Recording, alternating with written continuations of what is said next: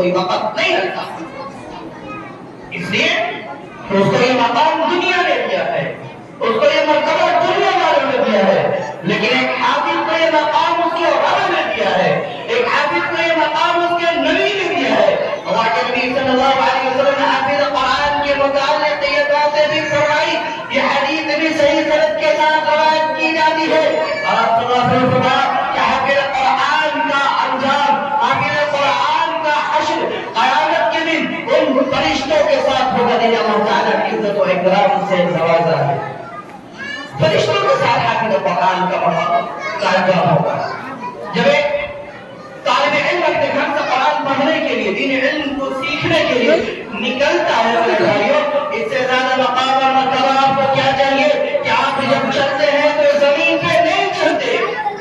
اللہ کے نبی نے فرمایا کہ جب کوئی دین حاصل کرنے کے لیے، علم حاصل کرنے کے لیے اپنے گھر سے نکلتا ہے تو فرشتے اپنی پر کو اس کے لیے بچھا دیتے ہیں، وہ فرشتوں کی پر چلتا ہوا اس منزل تک پہنچتا ہے۔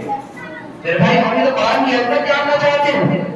ہمیں تو قرآن کے اندر جاننا چاہتے ہو تو جاؤ احادیث رسول کا مطالعہ کرو،